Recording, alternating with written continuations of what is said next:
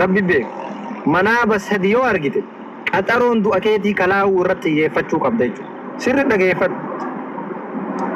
Almanaamu juz'un min an-nubuwwa manaaba kana jechuun ahwaala itti deemtuu fi karabbiin itti si oofaa jiru si argisiisa manaabni kun. Manaaba sadii anama siimu kana yoo argite tasgabbaa'ii miira keessaa bahi yoo sirbarra jiraatte duuba deebi'i. Yoo duraan ammoo waan hamaa irra jiraatte duuba deebi'i. Saffisaan qophaa'ii taa'i guyyaan kalaa'ee jira guyyaan ammoo hin beekamu. Khalaas duniyaa tana riskii geessitee jechuudha manaaba anama siimu kan yoo argite sirri dhageeffadhu.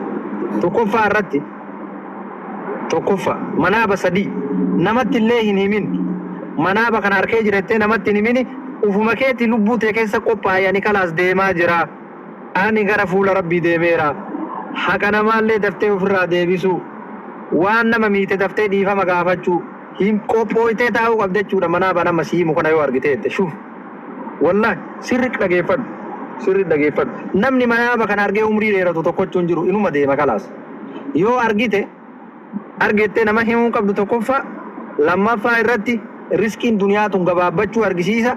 Sadaffaa irratti tawbadhu waan jedhamu achi keessa deemaa jirta. Alaamatun tadullu alaa qad astaghfirullahi alazim. Tokkoffaa irratti karaa kan osoo deemtu xumurte. Adeemsa karaa wayii imala wayii osoo deemaa jirtu. Karaa wayii irra deemaa jirta manaabaan karaan kun kadhumate argite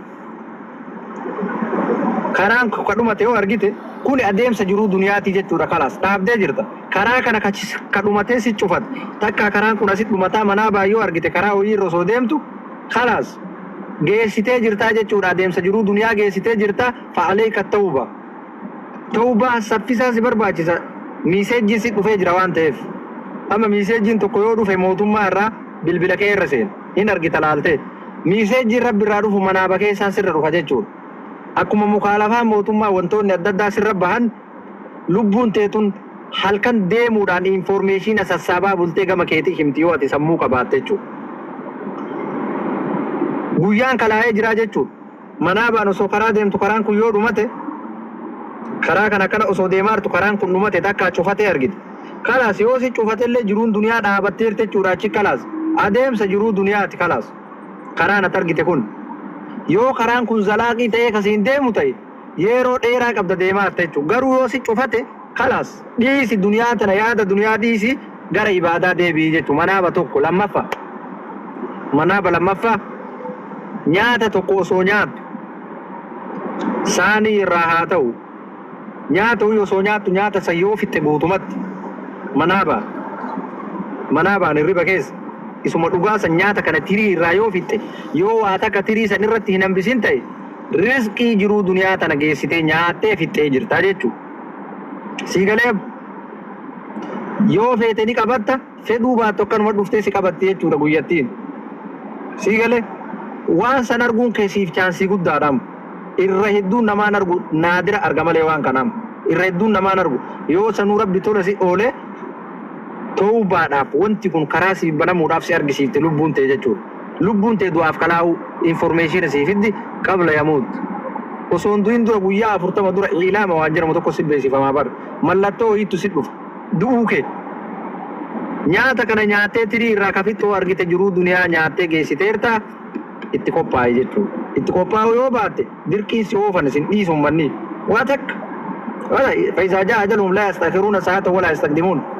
Guyyaan qaxaroo keetii yoo dhufe xiqqoo fuulduratti aana duubatti dhaanu hin deemta jechuudha gara akiraa jaalattee jibbite feetu aangoo qabaadhu feetu fooqa qabaadhu feetu abbaa feete ta'e ni deemta jechuudha bilkas giddi deemta jaalattee osoo hin ta'in tawbachuu qabdaa jechuudha. Sadaffa manaaba sadaffaa amma sirri dhageeffadha. Manaaba sadaffaa namni du'ee qabrii keessa jiru. Namni du'ee qabrii keessa ruku ati beeytu takka huu beekuullee baadhu rakkoo takkan qabu. Namnummaan du'e qabrii keessaa kootu jedhee yoo si yaame namni du'e kun akka hedduu si dhufu yoo akkatti deemee si dhufee waa si gaafate sadaqaa sirra barbaadu. Yoo akkanuma shaksiyyan kawaa takka informeeshinii takka hin jirre ijaan argite sadaqaa sirra barbaadu. Yoo namni sun bakka gaaddisaa jalatti bakka gaarii wayitii argite innahu ala husnil haal namni du'e sun bakka gaarii jiraachuu lubbuun isaa bakka gaarii qubachuu inni sun boqonnaa fudhachuu argisiisa. yoo kawaasi kadhatu ta'e sadaqaa sirra fedha. Garuu kanaan ala yoo kasi yaamu ta'e taal jedhee ribaa yoo kasi utaalchisu ta'e namni du'e tokko ka qabrii keessa jiru wa innaa inshaa Allahu bikum laahiquun bakka yoo rabbi fedhe fakkeenyaaf namni tokko qabrii bira hodhaku maal jedha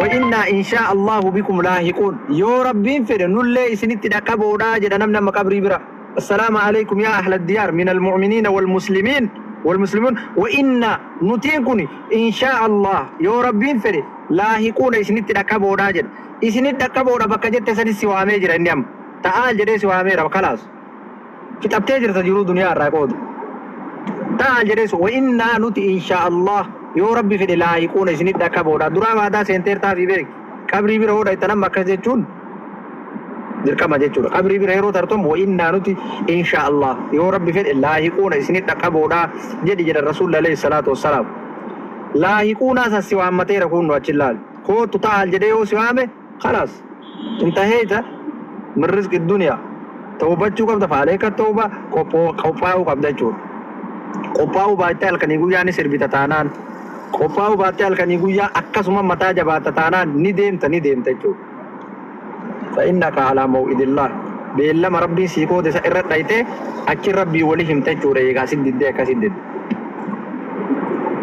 خنا بولا سللا كل حال منابا خنين سديو أرغتان نمت الله مون انتو خنا كيستي قوباوي يرو غبابا كيستي قوباوي توبادو غم ربي لبو كي كان ديبسي وانجر أمول لبون تيتون بيكسي سميسيجي سيفد دي جور منامي كنين سدين ka akkaan du'arra qajeelchu kan akkaan guyyaa qaxaroo kalaa'uu argisiisuu fi akkasuma deemsa kee irratti deemsa jiruu duniyaa irraa gama akiraa ka deemtu argisiisa jechuudha. Kuni